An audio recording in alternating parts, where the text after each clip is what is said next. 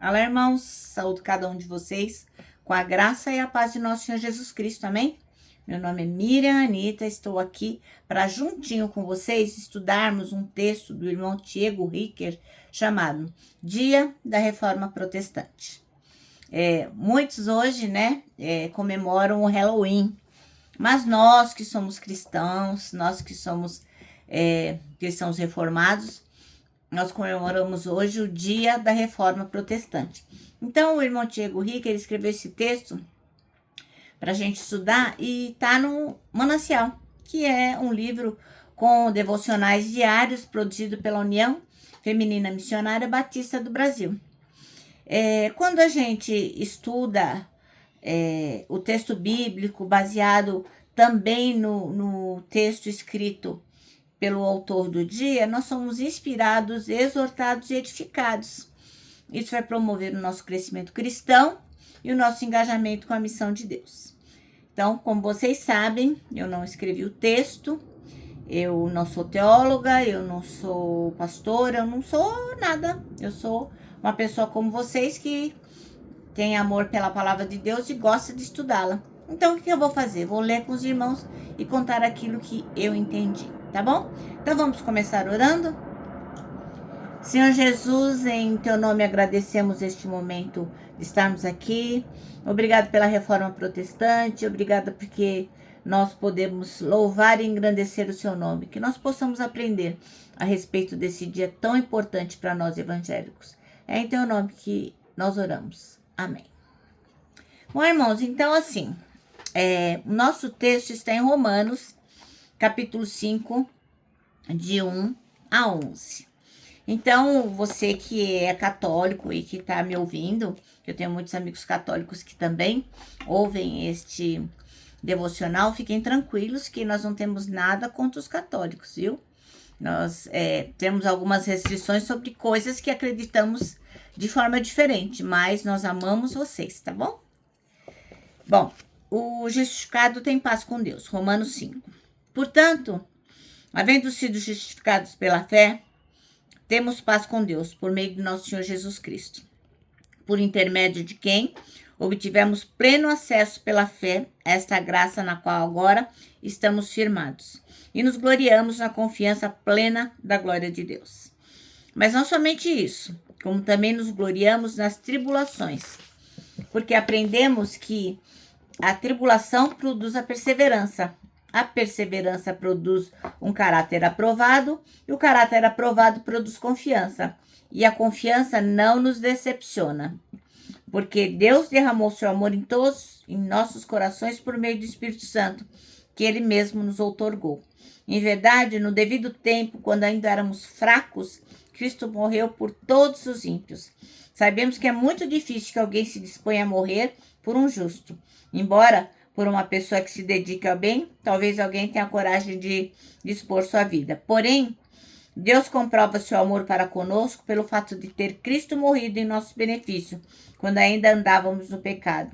Agora, como fomos justificados por seu sangue, muito mais ainda, por intermédio dele, seremos salvos da ira de Deus. Ora, se quando éramos inimigos de Deus fomos reconciliados com ele, mediante a morte de seu Filho, quanto mais no presente, havendo sido feitos amigos de Deus, seremos salvos por sua vida.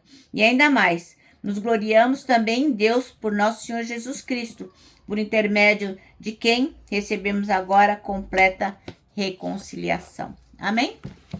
Bom, então o nosso texto chama-se Dia da Reforma Protestante, que é o dia 31 de outubro, e o versículo escolhido foi parte do versículo 1 que diz: justificado, pois, mediante a fé, temos paz com Deus. Então, hoje, 31 de outubro, a gente comemora a Reforma Protestante. E o que foi a Reforma Protestante? Foi um movimento religioso que aconteceu lá na Europa, no século XVI, que acabou resultando na criação de novas igrejas e novos credos em oposição aos dogmas católicos, né? A palavra católico quer dizer universal. Então, naquela época só tinha aquela igreja, a Igreja Universal, que era a Igreja Católica. Aí o que aconteceu? Martinho Lutero, ele era um monge alemão, que também era católico, lá em 1517. E aí ele, lendo a palavra e comparando com as coisas que estavam acontecendo na igreja, as pessoas precisavam dar dinheiro para conquistar um lugar no céu, e ele foi vendo muitas coisas com as quais ele não concordava, e aí ele anunciou uma proposta de uma reforma da doutrina católica em frente à igreja de Wittenberg. E aí essa proposta que o Martinho Lutero fez ficou conhecido como as 95 teses. Ele pregou tudo lá na frente. Então, o Lutero, naquela época, né, ele questionou a autoridade do Papa, ele acreditava que só a salvação, né, poderia ser conquistada através da fé e não através de ações. Então, a Reforma Protestante é um dos eventos que marcam o fim da Idade Média e o início da Idade Moderna. E o que tinha de principal na Reforma Protestante são os 5 sós, ou 5 somentes, que falava assim, ó, somente a Escritura, né? Não tinha uma outra coisa além da Bíblia que poderia ser autoridade na vida de um cristão. Somente a fé, não tinha outra coisa a não ser a fé em Jesus Cristo. Somente a graça, não tinha como ter salvação se não for a graça de Jesus Cristo. Somente Cristo na vida de cada um dos cristãos e somente a glória de Deus. Esses eram chamados os 5 solos. Então, baseado nisso, esse movimento aconteceu e foi fruto de um monte de fatores que acabaram afetando os alemães naquela época, assim como os políticos, os religiosos, e teve muitas disputas econômicas, enfim. Então, a gente pode dizer que esse movimento buscava a fé cristã. O fundamento era a fé cristã. Então, o que o Martinho Lutero queria era mostrar aquilo que ele não concordava na Igreja Católica e naquilo que ele achava que era fundamental. E, obviamente, ele não estava sozinho nisso, né? Então, muitas pessoas lá, muitos reformadores criticaram o clero, as leis da igreja, a tradição, a liturgia, a pregação. Então, o povo, por exemplo, não tinha acesso à Bíblia, né? Somente o clero. Então, eles atacaram muitas coisas em relação à igreja, e isso significa o quê? Que surgiu dali o verdadeiro protestantismo, que a igreja está sob seu próprio julgamento, no sentido de que Martinho Lutero queria que as pessoas que frequentavam a igreja passassem a analisar cuidadosamente se o que estava sendo pregado e compartilhado tinha a ver com a palavra de Deus, se estava fundamentado na palavra de Deus. Era isso que Martinho Lutero queria, como está em Atos 17:11, que diz assim: ora, estes foram mais nobres dos que estavam em Tessalônica, porque de bom grado receberam a palavra, examinando cada dia nas escrituras se essas coisas eram assim. Então, Martinho Lutero defendia que somente a palavra de Deus, somente a Bíblia, não tinha outra coisa que pudesse basear a fé. Bom, e assim, parece de cara que essa atitude de Martinho Lutero, né, essa atitude do pessoal lá protestante, parecia muito radical, né? E para aquela época era mega radical. Na atitude de Lutero, a gente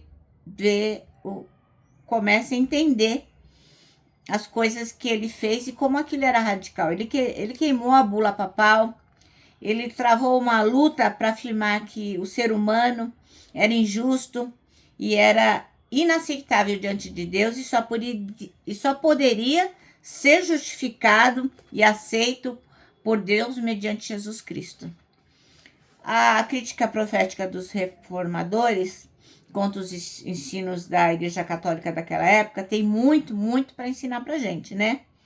Uma das grandes lições diz a respeito à tentação da igreja de se tornar idólatra e de condicionar Deus às coisas deste mundo. Então, nós que somos protestantes também temos o perigo da idolatria. Às vezes idolatramos um trabalho, às vezes idolatramos o pai, às vezes o marido, o filho. e damos mais valor a estas coisas que a Deus. E também, às vezes, condicionamos Deus às coisas desse mundo. Achamos que para ser um bom cristão temos que seguir regras, dogmas de uma determinada igreja. E não é isso que a palavra diz. Então, outra lição importante que a gente pode identificar é que a Igreja de Jesus Cristo tem elementos proféticos contra a idolatria para afirmar que Deus é Deus. Amém? Bom, então, Deus é Deus, não tem como falar outra coisa. É assim que termina o nosso manancial de hoje. Espero ter sido claro. Eu fiz o meu melhor. Agora eu vou terminando deixando aqui o meu abraço de urso. Lembrando que para nós que fazemos parte daqueles que, sim, acreditamos nos 5 solos, somente a Bíblia, somente a fé, somente a graça, somente Cristo, somente a glória de Deus, para nós o abraço dá super certo. E não se preocupe, irmão, que tudo que a gente faz é sempre entre a gente e Deus. Então a gente não precisa ficar olhando a vida de ninguém se aquele tá certo ou tá errado. É sempre entre a pessoa e Deus. Então a gente pode abraçar tranquilamente.